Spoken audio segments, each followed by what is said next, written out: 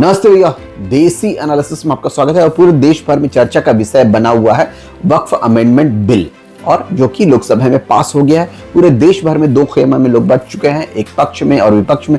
जाहिर सी बात है कि मुसलमानों ने इसका जमकर विरोध किया है, मुस्लिम संगठनों ने जो है इसका विरोध किया है, इधर उधर उन्होंने प्रदर्शन किया, जंतर मंतर से लेकर के हर जगह प्रदर्शन किए हैं। लेकिन पक्ष में रहने वाले लोग यानी कि सत्ता पक्ष भाजपा का समर्थन करने वाले एक बड़ी संख्या बहुमत उन्हीं के साथ है, तो उन लोगों ने इसका समर्थन किया है, उसका वेलकम किया है। उनको इस अमेंडमेंट एक्ट में बहुत ज्यादा आशाएं दिख रही है। अब जो बात मैं आपको बताने वाला हूं वो ये कि देखिए, एक्ट में जो बातें हैं, संशोधन में जो बातें हैं, उसको एक साइड में रख दीजिए। पहला इंपॉर्टेंट चीज है जो फेक न्यूज है, जो प्रोपेगेंडा है, जो परसेप्शन है, उसको क्लियर होना बहुत जरूरी है। एक जो परसेप्शन बनाया गया है मीडिया के थ्रू, व्हाट्सएप के थ्रू, गोदी मीडिया का डिबेट के थ्रू, भाजपा के गली के नेताओं से लेकर के शीर्ष के नेताओं तक, कि वक्फ जो है लोगों की जमीन, किसी भी जमीन पे हाथ रख दे उसका कब्जा हो जाएगा, वो माफिया की तरह एक्ट करती है, उसका कब्जा हो जाएगा। तो ये एक गलत परसेप्शन है। वक्फ का जो भी स्ट्रक्चर है वो भारत सरकार के एक्ट द्वारा बनाया गया है। तो भारत सरकार का एक्ट द्वारा बनाया गया बोर्ड क्या कब्जा कर सकता है दूसरे की जमीन? सोचिए, यहां पर सोचने वाली बात है।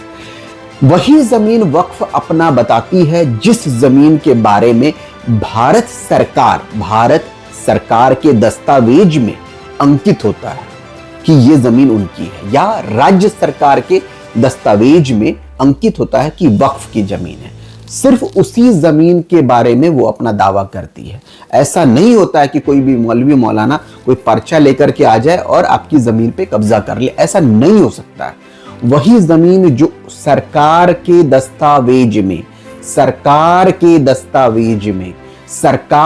दस्तावेज में लिखा होगा, वक्फ किया गया होगा बाय सम पार्टी, उसी जमीन पे वो क्लेम करती है। और जब कोई भी व्यक्ति किसी जमीन को वक्फ बोर्ड के हवाले करता है, प्रॉपर डॉक्यूमेंटेशन होना जरूरी है। प्रॉपर डॉक्यूमेंटेशन यानी कि ऐसा नहीं हो सकता कि मैं मरते वक्त किसी के कान में बोल दूं कि मेरी जमीन वक्फ चली गई, ऐसा नहीं होगा। स्टेट वक्फ बोर्ड को इत्तला देना पड़ेगा, अपना क्लेम दिखाना पड़ेगा, फिर ट्रांसफर करना पड़ेगा। सब कुछ के बाद दस्तावेज राज्य सरकार का प्राप्त करना पड़ेगा जो ये कहेगा कि वक्फ कर दी गई है आपकी जमीन। तो इसलिए प्रॉपर जमीन का कागज वक्फ बोर्ड के पास होगा तो ही वो क्लेम करती है। जैसे कि देश भर में रेलवे की जमीन को लोग कब्जा करते हैं, डिफेंस की जमीन को कब्जा करते हैं, और इस तरह से वक्फ की जमीन भी लोग इस तरह से रहते रहते उस पर कब्जा करने लगते हैं। ये एक कॉमन प्रैक्टिस है। आप रेलवे लाइन के किनारे जाके देख लीजिए, पूरे देश भर में लाखों करोड़ों की आबादी रहती है जो रेलवे की जमीन पे रहती है।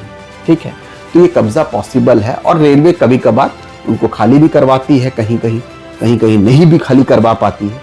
तो इसीलिए ये जो एक परसेप्शन बनाया है कि वक्फ किसी की भी जमीन पे कब्जा कर लेगी, ये झूठ है।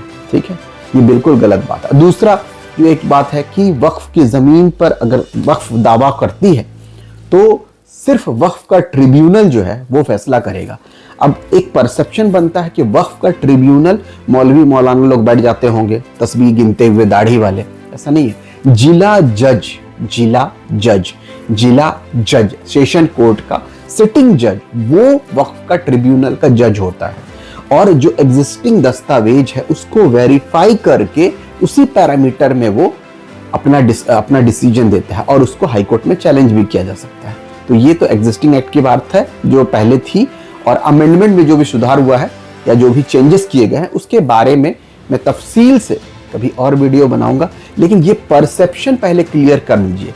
भारत सरकार का डॉक्यूमेंट राज्य सरकार का दस्तावेज में लिखा होगा तब ही वक्फ उस जमीन को अपना कह सकती है। लिखा होना चाहिए, प्रॉपर डॉक्यूमेंटेशन होना चाहिए, अदरवाइज वो क्लेम नहीं कर सकती है।